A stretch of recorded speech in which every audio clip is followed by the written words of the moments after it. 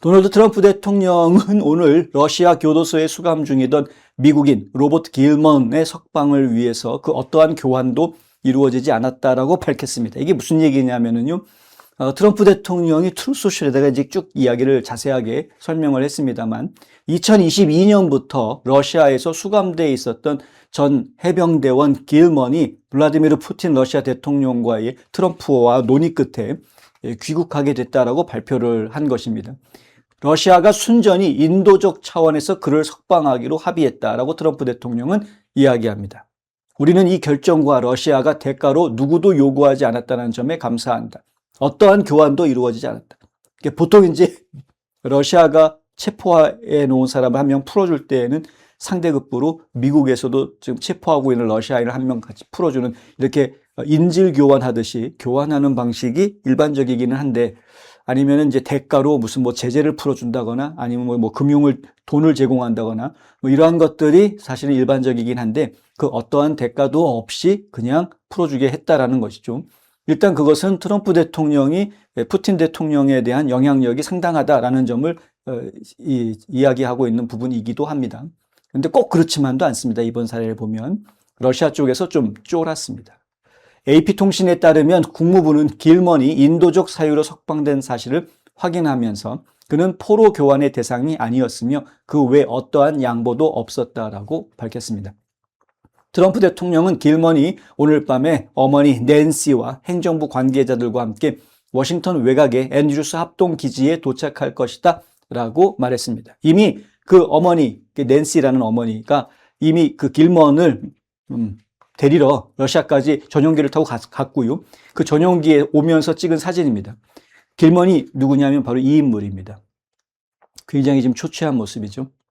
대통령은 길먼과 통화했다라고 밝혔고요. 길먼은 미국으로 돌아오는 길에 착륙하자마자 맛있는 치즈버거 한 개라는 간단한 요청을 했다고 합니다. 트럼프 대통령이 내가 알아서 해줄게 라고 답변을 했다는 것이죠. 32세의 길먼, 32살의 길먼은 4년 넘게 러시아에 구금되어 있었습니다. 그는 2022년 경찰관을 폭행한 혐의로 유죄 판결을 받고 처음에는 3년 6개월의 형을 선고받았었습니다. 러시아 교도소 직원에 대한 폭행 혐의가 또다시 제기가 되면서 추가로 유죄 판결을 받게 되는데요. 그래서 형기가 10년으로 늘어나게 됐습니다. 길먼과 그의 지지자들은 그가 수감 기간 동안 심각한 학대를 당했다면서 해당 혐의에 대해 이의를 제기했습니다. 그의 건강 상태는 상당히 악화된 것으로 보입니다. 인권 옹호 단체인 글로벌 리치에 따르면 길먼은 47일 동안 해리성 혼수 상태에 빠져 있었던 것으로 알려져 있습니다. 러시아의 한 민간 병원으로 이송이 됐는데 튜브를 통해서 영양을 공급받고 침대에 수갑이 채워진 채로 지냈다고 합니다. 해리성 혼수 상태라는 게 뭐냐 하면은 신체적인 질병이나 뇌의 손상이 없음에도 불구하고 극심한 심리적 스트레스나 트라우마로 인해서 온몸이 얼어붙는 것처럼 움직이지 않고 말을 하지 못하는 상태를 이야기한다고 합니다. 이게 일종의 정신의학적 증상이라고 하는데 무려 47일간 이러한 증상을 앓았다는 겁니다. 로이터 통신은 앞서서 마르코 루비오 국무장관이 지난 7월 23일 마닐라에서 열린 회의에서 세르게이 라브로프 러시아 외무장관에게 이 길먼의 사면을 제기했다라고 보도한 바 있습니다. 트럼프 행정부는 길먼이 구금 중에 사망할 수 있다는 우려가 커지는 가운데에 모스크바 측의 길먼의 석방을 거듭 요구해 왔습니다. 이것이 이제 핵심입니다. 길먼이 러시아 옥중에서 사망을 하게 되면 이것이 심각한 외교 문제가 될 수도 있다라는 그 두려움 때문에 푸틴 대통령이 풀어주게 한 것이다라는 거죠. 트럼프 대통령은 스티브 위트코프 특사 그리고 인질 대응 담당인 아담 보일러 특사 그리고 백악관의 고위 관리인 세바스찬 고르카는 공식 명칭은 대테러 대응팀으로 되어져 있는데 근데 실제로 하는 역할을 보면은 주로 미국 시민들에 대한 억압, 탄압 이런 것들에 대해서 대응하는 그러한 모습들을 보여주고 있고요. 제러드 쿠셔너는 트럼프의 사위죠. 이러한 여러 인물이 길먼의 석방을 성사시키는 데 기여했다라고 소셜글에서 밝히고 있습니다. 길먼의 여동생 렉시 허드슨은 역시 트럼프 대통령이 오빠의 사건에 대해서 조치를 취해 준 데 대해 감사를 표했습니다. 허드슨은 AP통신과의 인터뷰에서 트럼프 대통령이 이 사건을 접하고 조치를 취해준 것 외에 로버트 길먼이 오늘 살아있는데 다른 이유가 없다. 이렇게 이야기를 합니다. 너무 고마운 거죠. 예, 오빠가 살아있을 수 있는 건 트럼프 때문이었다. 트럼프 대통령은 자신의 행정부가 해외에서 억류된 미국인들의 귀국을 최우선 과제로 삼아왔다라고 이야기하고 있고요. 로버트 길먼이 그의 훌륭한 어머니와 재회했다라고 이 마지막에 밝히고 있습니다.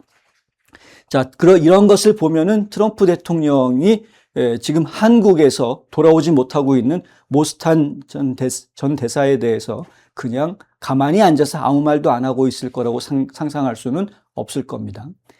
특히 세바스찬 고르카라는 인물에 대해서 여러분들이 좀 관심을 가질 필요가 있습니다. 왜냐하면 세바스찬 고르카가 어떤 인물이냐? 지금 손연보 목사의 아들 손찬양 씨가 모스탄 전 대사와 함께 같이 기독교 박해를 반대하는 컨퍼런스, 서밋 컨퍼런스를 준비하는 준비 모임을 백악관에서 했을 때 그때 백악관을 방문을 합니다. 모스탄과 손찬양 씨가 방문을 합니다. 근데 이 둘이 방문을 했을 때 그 백악관 회의실에서 가장 상석에 앉아 있었던 사람이 바로 세바스찬 고르카입니다. 그러니까 지금 손연보 목사가 한국에서 풀려나고 미국으로 초대받아서 와가지고 미국의 여러 교회들을 순회하는 집회를 갖고 이러한 것들에 이 세바스찬 고르카의 역할이 상당히 작용을 하고 있었던 것을 저희는 알 수 있습니다. 특히 기독교 박해에 대한 부분에 대해서는 세바스찬 고르카 자신이 일단은 이거는 미 행정부가 움직여야 될 사안으로 보고 있는 건 분명한 사실입니다. 그런데 그 손연보 목사의 구명운동에 앞장서 주었던 몰스탄이 지금 한국에서 출국 정지를 당해가지고 나오질 못하고 있는 상황. 예. 지금 몇 년씩 감옥에 있어야만 꺼내주는 거는 아닙니다. 저희가 좀 관심 있게 지켜봐야 될 부분이다라는 거죠.